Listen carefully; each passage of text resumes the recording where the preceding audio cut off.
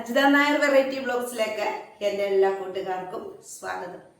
ഞാനിന്ന് നിങ്ങളുമായിട്ട് ഷെയർ ചെയ്യാനായിട്ട് പോകുന്നത് എൻ്റെ വീട്ടിലെ കുറച്ച് പാചക വിശേഷങ്ങളൊക്കെ ഉണ്ട് കേട്ടോ. ഒരുപാട് ദിവസമായില്ലേ പാചക വിശേഷങ്ങളൊക്കെ കാണിച്ചിട്ട്. ഇപ്പോൾ കുറച്ച് പാചക വിശേഷമുണ്ട്. പിന്നെ മിക്കവർക്കും എല്ലാവർക്കും പല്ലുവേദന, അങ്ങനെയുള്ള ഒരുപാട് പ്രശ്നങ്ങൾ. പല്ലുവേദന ചിലപ്പോൾ ഇപ്പം രാത്രിയിലൊക്കെ പെട്ടെന്ന് പല്ലുവേദന വന്നു, പാതിരാത്രിക്കൊക്കെ പല്ലുവേദന വന്നു കഴിഞ്ഞാൽ അപ്പം നമ്മൾ എങ്ങനെയാ ഡോക്ടറെ അടുത്തോട്ട് ഓടുന്നത്? ഒരു രക്ഷയില്ല, ഒരു നിവൃത്തിയില്ല. അങ്ങനത്തെയൊക്കെ സാഹചര്യങ്ങൾ വരുമ്പോഴത്തേക്കും ഒരു ചെറിയ സൂത്രം പറഞ്ഞു തരാം. അത് ചെയ്യുന്നതിലൂടെ ഉണ്ടല്ലോ നിങ്ങളുടെ പല്ലുവേദന എവിടെ പോയെന്ന് നമ്മൾ അത്ഭുതപ്പെട്ടു പോകും. എനിക്ക് ഒരാൾ പറഞ്ഞു തന്നാണ് കേട്ടോ. ഇത് ഒരു കൂട്ടുകാരി പറഞ്ഞു തന്നാണ്. ഇതുപോലെ അവൾക്ക് വേറെ ആരാണ്ട് പറഞ്ഞു കൊടുത്ത കേട്ടോ. അപ്പം എന്നോട് ഇങ്ങനെ പറഞ്ഞു, പല്ലുവേദന വരുമ്പോഴത്തേക്ക് നമുക്ക് പേടിക്കേണ്ട കാര്യമൊന്നുമില്ല. ഏത് പാതിരാത്രിയിലായാലും ഇതുപോലൊന്ന് ചെയ്തു കഴിഞ്ഞാൽ മാത്രം നമ്മുടെ പല്ലുവേദന പെട്ടെന്ന് നിൽക്കും. എവിടെ പോയെന്ന് തന്നെ അറിയത്തില്ല.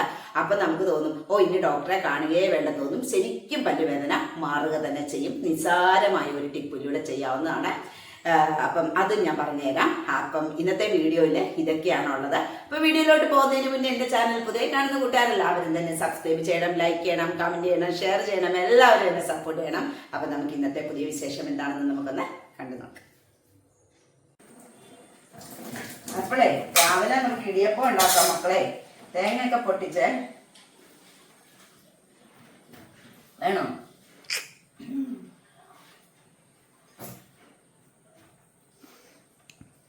തേങ്ങ തരുമെന്ന് രഘുചേട്ടൻ കേട്ടോ.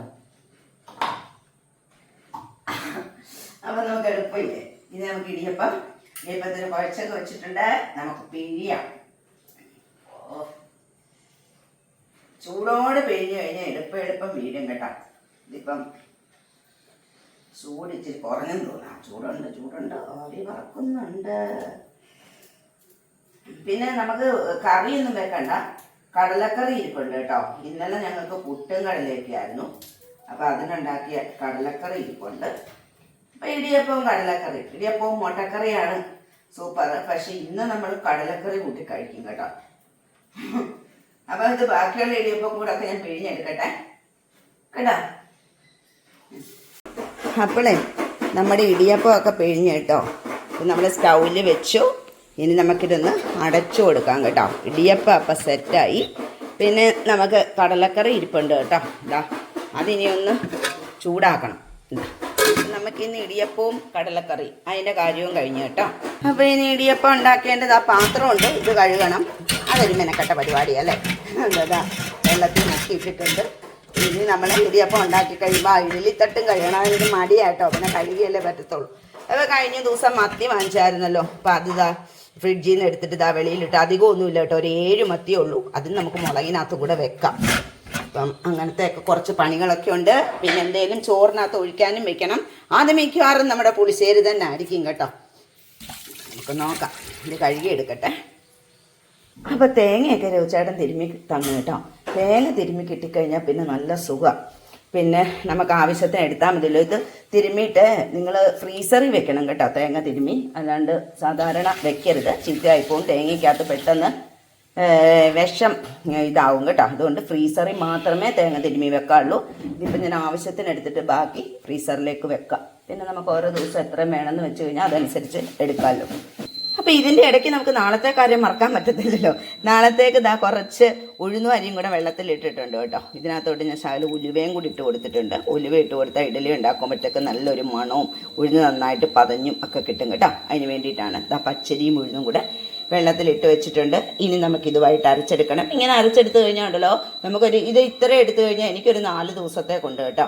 നമ്മൾ മാവ് വാങ്ങിക്കുമ്പോഴത്തേക്കും ഒരുപാട് ആൾക്കാരൊക്കെ ഉള്ള വീട്ടിലാണെങ്കിൽ ഒരു പാക്കറ്റ് മാവൊന്നും തികയില്ല. 2 പേരും 3 പേരും ഒക്കെ ഉള്ളിടത്ത് ഓക്കെ. എന്തായാലും നമ്മൾ അരച്ചെടുക്കുന്നത് തന്നെയാണ് നല്ലത്. ഞാൻ അതുകൊണ്ട് അരയ്ക്കാനായിട്ട് ഇട്ടിട്ടുണ്ട് കേട്ടോ. ഇത് ഒരു 4 ഗ്ലാസ് പച്ചരി ഇട്ടിട്ടുണ്ട്. നമ്മുടെ സാധാരണ ഗ്ലാസ്സിന് സാധാരണ ഗ്ലാസ്സിന് ഒരു ഗ്ലാസ് നിറച്ചുഴുന്നുമാണ് ഇട്ടിരിക്കുന്നത് കേട്ടോ. ഉലുവയും ഇട്ട് കൊടുത്തിട്ടുണ്ട്. രാവിലെ ഇടിയപ്പവും കടലക്കറിയൊക്കെ കഴിച്ചു കഴിഞ്ഞു കേട്ടോ. അത് കഴിഞ്ഞത്തെ പരിപാടിയാണല്ലോ നമ്മുടെ അടുത്ത പരിപാടി. നമുക്കേ മീൻകറി വെക്കാം. കഴിഞ്ഞ ദിവസം കുറച്ച് മത്തി വാങ്ങിച്ചായിരുന്നു എന്ന് ഞാൻ പറഞ്ഞായിരുന്നു. അപ്പം അതൊക്കെ ക്ലീൻ ആക്കിയൊക്കെ വെച്ചിരിക്കുക കേട്ടോ. അപ്പം നമുക്ക് പെട്ടെന്നൊരു കറി വെക്കാം. അതും പിന്നെ നമ്മുടെ കപ്പളങ്ങ ഒരു മെഴുക്കുവരട്ടിയും കൂടെ വെക്കാം. ധാരിഞ്ഞ് വന്നപ്പോൾ ഒരെണ്ണം കട്ടിയായിട്ട് എടുക്കാം, തിന്നേക്കാം. മെഴുക്കുവരട്ടിക്ക് അരിഞ്ഞ് വെച്ചിട്ടുണ്ട്. കുറച്ച് പുളിശ്ശേരിയും ഇന്നലത്തെ മീൻ പറ്റിച്ചതിൻ്റെ ഒക്കെ കുറച്ചിരിപ്പുണ്ട്. അപ്പം ഇന്ന് നമുക്ക് ഉള്ളത് കൊണ്ട് ഓണം പോലെ. അപ്പം നമുക്ക് പെട്ടെന്ന് തന്നെ ഒരു മീൻകറി വെക്കാം. ഇന്ന് താമസിച്ച് പോയിട്ടോ അടുക്കള കയറിയതേ. സാരമില്ല, ഇത് മാത്രം വെച്ചാൽ മതിയല്ലോ. മീൻകറിയും മെഴുക്കുവരട്ടി നമ്മളതിൽ ഉപ്പം നിപ്പം വെക്കും. കടുകൊക്കെ ഇട്ട് കൊടുത്തു. അപ്പം നമുക്ക് കടുക് പൊട്ടട്ടെ. കൈ കഴിച്ചു വരാം.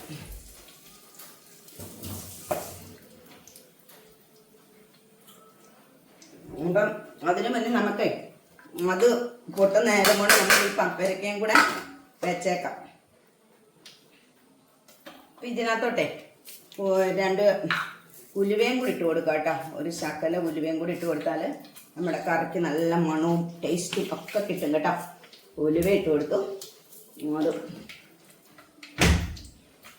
അതിനകത്തൊക്കെ ഇച്ചിരി ഉപ്പും വെള്ളവും കൂടെ ഒഴിച്ച് കൊടുക്കാം. എല്ലാവരുടെയും പരിപാടിയൊക്കെ കഴിഞ്ഞു ഉച്ചക്കത്തെ. കൂടിപ്പോയാലോ എന്ന് വെച്ചിട്ടാണ് പതുക്കെ പതുക്കെ ഇട്ട് ഇച്ചിരി വെള്ളം കൂടെ വെച്ച് കൊടുക്കും.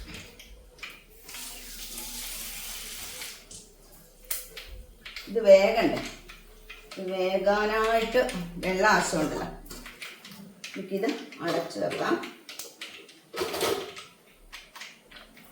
ഇനി നമുക്കേ ഈ പച്ചമുളകും ഇഞ്ചിയും ചെറിയ ഉള്ളിയും വെളുത്തുള്ളിയും എല്ലാം കൂടെ ചതച്ച് വെച്ചിരിക്കുന്നതാണിത്. നമുക്ക് ചതച്ച് വെക്കാം മീൻകറി കേട്ടോ. എളുപ്പമുണ്ട്. അപ്പം നമുക്ക് ഈ ചതച്ചതെല്ലാം കൂടി ഇതിനകത്തോട്ട് ഇട്ട് കൊടുക്കും. എളുപ്പം മീൻകറി വെക്കേണ്ടവർക്ക് വെക്കാം കേട്ടോ. നല്ല ടേസ്റ്റുമാണ്. എന്നാണ് നിങ്ങൾക്ക് പറഞ്ഞു തന്നായിരുന്നു. അപ്പം ഇന്ന് നീ വിശദമായിട്ടൊന്നും പറഞ്ഞു തരുന്നില്ല കേട്ടോ. ഇതൊന്ന് ചെറുതായിട്ട് വാടി വരും.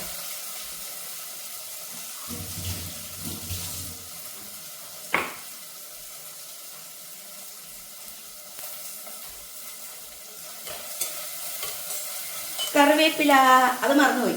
നമ്മുടെ സ്വന്തം കറിവേപ്പില കേട്ടോ. കഴിയൊക്കെ വെച്ചിരിക്കുന്നതാണ്. അപ്പം അതൊന്ന് വാടട്ടെ. അപ്പം ഇതിനിടയ്ക്ക് എനിക്ക് ഇച്ചിരി ചക്കപ്പഴം കിട്ടിയായിരുന്നു കേട്ടോ. കരിക്കച്ചക്കയാണ്. നമ്മുടെ കൊച്ചച്ഛൻ്റെ മോള് കൊണ്ടുതന്ന ദേവച്ചേട്ടൻ്റെ മധുരമാണ്. നോക്കാം നമുക്ക്. കുഴപ്പമില്ല, മഴയായതുകൊണ്ടേ അതിനകത്ത് വെള്ളം ഇറങ്ങുമെന്ന് പറഞ്ഞ് കേട്ടിട്ടില്ലേ. ഇങ്ങനെ വെള്ളം ഇറങ്ങിയതാ. ചുളയ്ക്ക് മധുരം കുറവാണേലും പക്ഷെ അതിന് ടേസ്റ്റ് ഉണ്ട്. തിന്നെ മരിക്കയല്ലേ.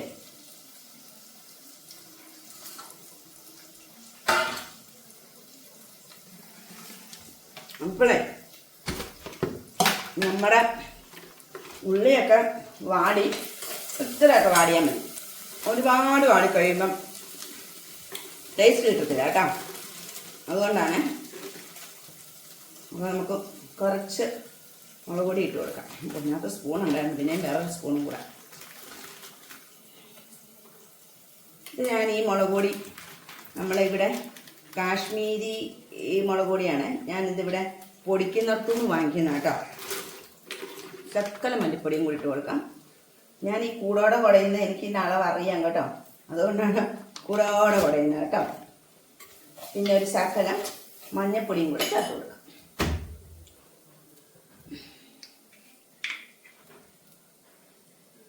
മഞ്ഞപ്പൊടി ധാരാളം മതി. ഇനി ഈ അരപ്പിൻ്റെ പച്ചമണമൊക്കെ ഒന്ന് മാറിയിട്ട് നമുക്ക്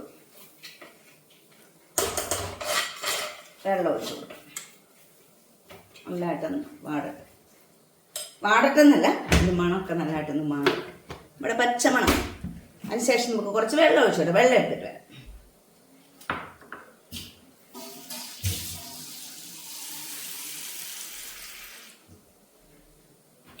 നമ്മുടെ പച്ചമണം ഒക്കെ മാറി നമുക്ക് കുറച്ച് വെള്ളം ഒഴിച്ച് കൊടുക്കാം. ഉപ്പിട്ട് കൊടുക്കാം, പുളിയിട്ട് കൊടുക്കാം. ഇതൊക്കെ തന്നെ നമ്മുടെ പരിപാടി അല്ലേ. മീൻ വെക്കാൻ എളുപ്പം, പക്ഷെ മീനൊക്കെ വെട്ടിയെടുക്കാനൊക്കെ കുറച്ച് പാടാന്ന് മാത്രമേ ഉള്ളൂ അല്ലേ. ഇനി നമുക്ക് പുളിയും കൂടി ഇട്ട് കൊടുക്കാം. വേണമെങ്കിൽ പിന്നെ നമുക്ക് ഇട്ട് കൊടുക്കാം. ആവശ്യത്തിന് ഇട്ട് കൊടുത്തിട്ടുണ്ട്. അപ്പോൾ അതൊക്കെ നന്നായിട്ട് തിളച്ചൊക്കെ വറ്റിയൊക്കെ വരട്ടെ. അപ്പോൾ നന്നായിട്ട് തിളച്ചു. നമുക്ക് മീൻ കഷ്ണങ്ങളൊക്കെ പെറുക്കി അങ്ങോട്ട് ഇട്ട് കൊടുത്തേക്കാം. അതും ഇട്ട് കൊടുത്തു കേട്ടോ.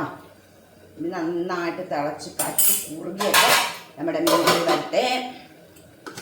പിന്നെ കപ്പളങ്ങ മെഴുകുവരട്ടി വെക്കാനായിട്ട് ഇതേ മുളകും ഉള്ളിയും കൂടെ ചതച്ചിടുന്നതല്ലേ നല്ലത്. അപ്പം ഞാൻ മുളകും ഉള്ളിയും കൂടെ ചതച്ചൊക്കെ വെച്ചിരിക്കുന്നതാണ് കേട്ടോ. പിന്നെ മഴയുണ്ടോ മക്കളെ നിങ്ങളുടെയൊക്കെ നാട്ടിൽ? എന്തൊരു മഴയാ, തോരാത്ത മഴയെന്നൊക്കെ പറഞ്ഞ് കേട്ടിട്ടേ ഉള്ളൂ കേട്ടോ. ഇപ്പം നേരി കണ്ടപ്പോൾ ഉറപ്പായി ഭയങ്കര മഴയെന്ന് വെച്ച് കഴിഞ്ഞാൽ ഭയങ്കര മഴ, സഹിക്കാൻ വയ്യാത്ത മഴ കേട്ടോ.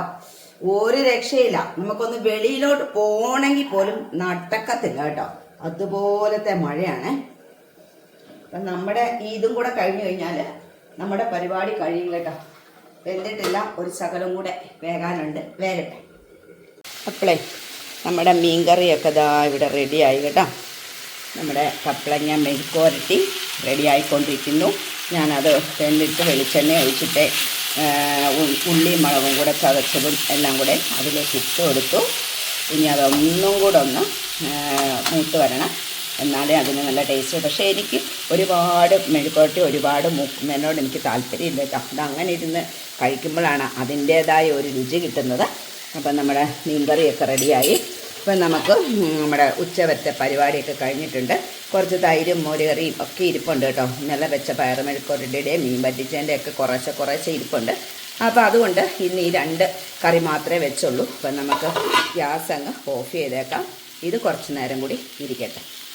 ചിലർ പറയുന്നില്ലേ, ഉയ്യോ പല്ലുവേദനയെന്ന് പറഞ്ഞാൽ ഭയങ്കര പല്ലുവേദന, ഇതെങ്ങനെ സഹിക്കും?